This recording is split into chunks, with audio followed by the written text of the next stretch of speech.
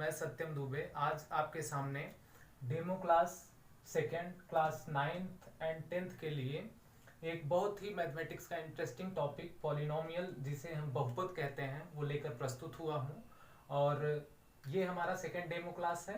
और इसमें जो हम लोग सब टॉपिक डिस्कस करेंगे दोस्तों वो है कि पॉलिनोमियल की डेफिनेशन, सेकेंड कुछ रिमार्क हैं 1, 2 एंड 3, फिर examples and counter examples, and fourth one is definition of constant polynomial. तो दोस्तों आइए बिना समय को व्यर्थ किए मैं सत्यम दुबे आपको इस पॉलिनोमियल के बारे में समझाता हूं और आगे प्रोसीड करते हैं। आइए दोस्तों बहुपद के सबसे पहले बहुपद टॉपिक में पहला सब टॉपिक डेफिनेशन के बारे में हम लोग देखते हैं। बहुपद की क्या डेफिनेशन होती है कि कोई भी अलजेब्राइक एक्सप्रेशन जो कि इस प्रकार का होगा a0 + a1x + a2x2 and so on an(x to the power n), जहां पे हमारे वेरिएबल्स के कोफिशिएंट रियल नंबर होंगे और n जो वेरिएबल्स की पावर हैं वो नॉन नेगेटिव इंटीजर होंगी, that is n belongs to positive integer. ये सिंबल दोस्त स्टूडेंट्स पॉजिटिव इंटीजर का सिंबल है जो कि मैं ये नंबर सिस्टम पर मैंने अपना पहला डेमो क्लास नंबर सिस्टम पर आप लोगों के लिए अपलोड कर दिया है। आप लोग वहां जाके नंबर सिस्टम पढ़ सकते हैं, वहां हमने इसके बारे में डिटेल से आपको समझाया है। तो एन अलजेब्राइक एक्सप्रेशन जो कि इस प्रकार का होगा, सर्टेन कंडीशन होल्ड करेंगी, तो इस प्रकार का अलजेब्राइक एक्सप्रेशन क्या कहा जाएगा, is called polynomial. Okay, this algebraic expression, such type of algebraic expression is called polynomials। तो आप दोस्तों यहाँ से ये डेफिनेशन नोट कर लीजिए वीडियो को पॉज करके। आगे हम लोग जैसे सब टॉपिक में हमने दिखाया था कि हम रिमार्क की बात करते हैं, उसके बाद हम लोग एग्जाम्पल पे आएंगे तो आपको ये सारी बातें समझ में आने लगेंगी। ठीक है, तो एक्सप्रेशन है ये एक्सप्रेशन, ये पॉलिनोमियल होगा, is called polynomial of degree n। इसके बारे में ये डिग्री n का पॉलिनोमियल क्यों होगा आगे हम रिमार्क में इस बात को क्लियर कर देंगे। ठीक है, तो या तो आप सिंपल इसको कॉल्ड पॉलिनोमियल बोल सकते हैं, या तो आप बहुत प्रिसाइज लिखना चाहते हैं तो इस called polynomial of degree n कह सकते हैं। तो आइए हम लोग रिमार्क के बारे में लिखते हैं, आप इसके बाद वीडियो को पॉज करके इसको नोट डाउन कर लीजिएगा। ये रिमार्क देखते हैं। तो हमने बोला कि अब रिमार्क के बारे में जान लेते हैं, फिर उसके बाद पॉलिनोमियल्स के जो भी एग्जांपल हैं, काउंटर एग्जांपल्स हैं, उन सबको हम डिस्कस करेंगे। तो रिमार्क नंबर 1 क्या है दोस्तों, जैसा कि मैंने लास्ट में अभी लिखा था इसके पहले कि algebraic expression a0 + a1x + a2x to the power n and so on an(x to the power n) जो था वो n डिग्री का पॉलिनोमियल बोला जाएगा। तो बात आती है कि पॉलिनोमियल की डिग्री कैसे हम लोग डिफाइन करते हैं, तो उसके रिगार्डिंग ये रिमार्क है। तो हम लोग कैसे डिफाइन करते हैं, the highest power of variable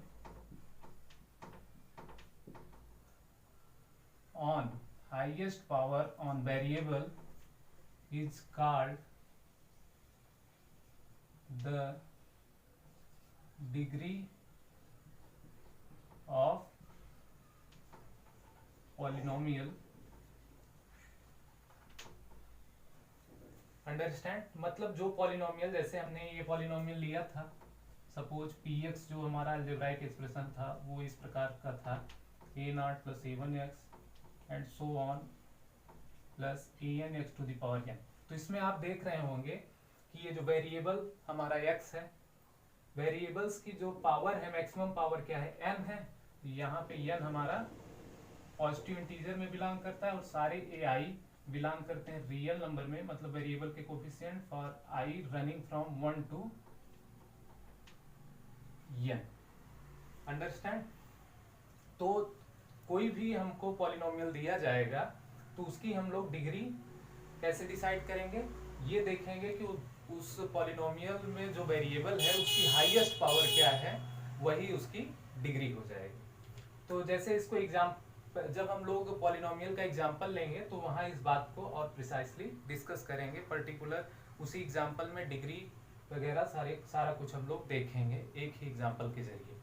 तो और आज सेकेंड रिमार्क क्या है हमारा, if A0 is equal to A1 is equal to A2 and so on is equal to AN, इन सारे मतलब वेरिएबल्स के कोफिशिएंट की वैल्यू क्या हो, जीरो हो, जो कि रियल नंबर होता है।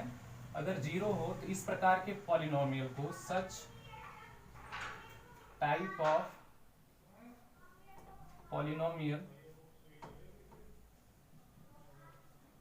इसको अगर हम स्टार नाम दे दें, star is called zero polynomial. तो स्टूडेंट इस रिमार्क के जरिए हम जीरो पॉलिनोमियल की डेफिनेशन, कंप्लीट एग्जाम में आ गया कि जीरो पॉलिनोमियल डिफाइन करो। तो जीरो पॉलिनोमियल कैसे डिफाइन होगा, अगर जो अलजेब्राइक एक्सप्रेशन है उसके वेरिएबल्स के सारे कोफिशिएंट की वैल्यू जीरो हो, जो कि रियल नंबर होती है, तो हम उस पॉलिनोमियल को क्या बोलेंगे, और द पॉलिनोमियल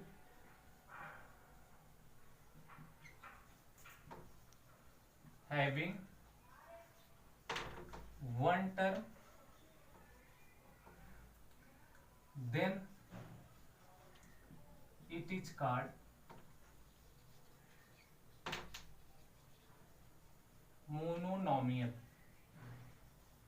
हाँ स्टूडेंट, अगर पॉलिनोमियल जो हमको गिवन है, अगर उसमें केवल एक ही टर्म है, having only one term means जैसे कोई भी एक टर्म जैसे ये है, बाकी सब टर्म नहीं है, डिलीटेड टर्म है।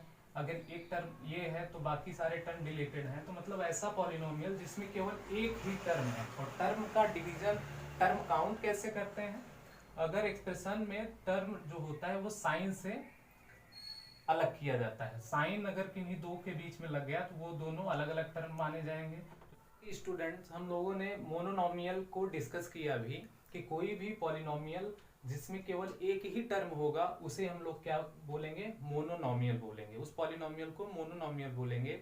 इसी क्रम में आइए दूसरी डेफिनेशन हम लोग सीखते हैं। इस रिमार्क का दूसरा जो पार्ट है वो क्या है, बाइनोमियल किसे बोलेंगे, पॉलिनोमियल को बाइनोमियल कब बोलेंगे, बाइनोमियल पॉलिनोमियल कब कहेंगे। तो स्टूडेंट, जैसा कि आप डेफिनेशन के लैंग्वेज से ही क्लियर होगा, जब एक टर्म था तो हम उसको मोनो बोल रहे थे, मोनो एक के लिए यूज होता है, बाई दो के लिए यूज होता है।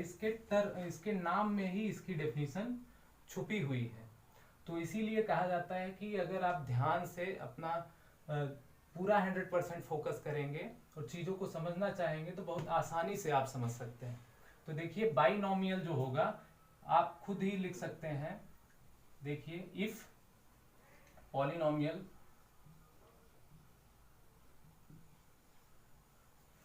px having only two term, only two, ये ध्यान देने वाली बात है, ओनली टू याद करने की जरूरत नहीं है, इसी बाइनोमियल में ही छुपा है। क्योंकि मोनो को हम लोग वन कहते हैं, इसलिए इसको हमने क्या बोला, monomial, one term, only one term. Binomial polynomial means bi से ही क्लियर हो गया कि the polynomial which consist only two term is called binomial polynomial. तो जैसा कि देख रहे हैं कितने आसानी से आप लोग इसको समझ सकते हैं। और इसी प्रकार अब तो हम ये चाहेंगे कि आप कमेंट सेक्शन के जरिए हमें बीच में ही जब देखते रहिए तो वीडियो को वहीं पॉज करिए, अपने आप से ट्राइनोमियल की डेफिनेशन लिखिए और हमें सेंड करिए। तो आइए इसके बाद हम लोग जानते हैं ट्राइनोमियल की डेफिनेशन। तो थर्ड ट्राइनोमियल पॉलिनोमियल क्या होगा,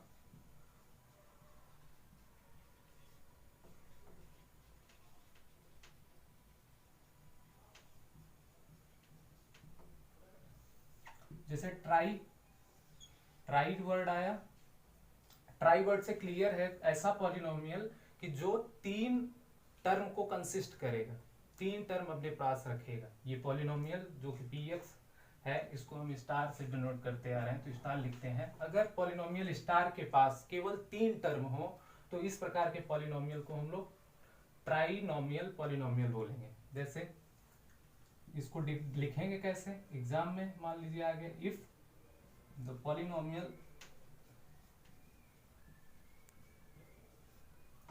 px जो कि स्टार से डिनोटेड है, हैविंग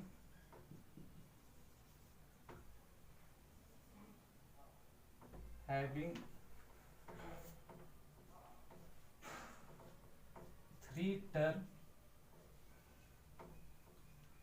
is called trinomial। तो देखिए, if the polynomial px star means such type of polynomial having only three terms is called trinomial। तो यहाँ से दोस्तों आपका मोनोनोमियल, बाइनोमियल और ट्राइनोमियल, ये तीनों डेफिनेशन आपकी क्लियर हुई। और अभी तक हमने क्या सीखा कि व्हाट इज पॉलिनोमियल, पॉलिनोमियल क्या होता है, और 3 रिमार्क हमने जाने कि जीरो पॉलिनोमियल किसे कहेंगे, उसके बाद पॉलिनोमियल की डिग्री हम लोग कैसे डिसाइड करते हैं, तीसरी बात मोनोनोमियल, बाइनोमियल, ट्राइनोमियल पॉलिनोमियल की डेफिनेशन। और जब सबसे खास बात दोस्तों कि डिग्री ऑफ पॉलिनोमियल, उसमें कुछ नहीं याद रखना है कि जो भी वेरिएबल पॉलिनोमियल में इन्वॉल्व होगा उसकी जो मैक्सिमम पावर होगी, उस एक्सप्रेशन में उस वेरिएबल की जो मैक्सिमम पावर होगी वही डिग्री ऑफ पॉलिनोमियल कही जाएगी। जैसा कि आप देख सकते हैं, अगर हमें इस इक्वेशन स्टार के बारे में हमको बताना हो तो हम क्या कहेंगे, इसमें देखिए 1 2 एंड सो ऑन n तक है, तो n मैक्सिमम है, इसलिए इस पॉलिनोमियल की डिग्री क्या होगी, n होगी। तो इस प्रकार का अलजेब्राइक एक्सप्रेशन nth ऑर्डर का पॉलिनोमियल कहा जाएगा। तो इसके आगे हम लोग एग्जाम्पल के साथ आएंगे, तब तक के लिए आप लोग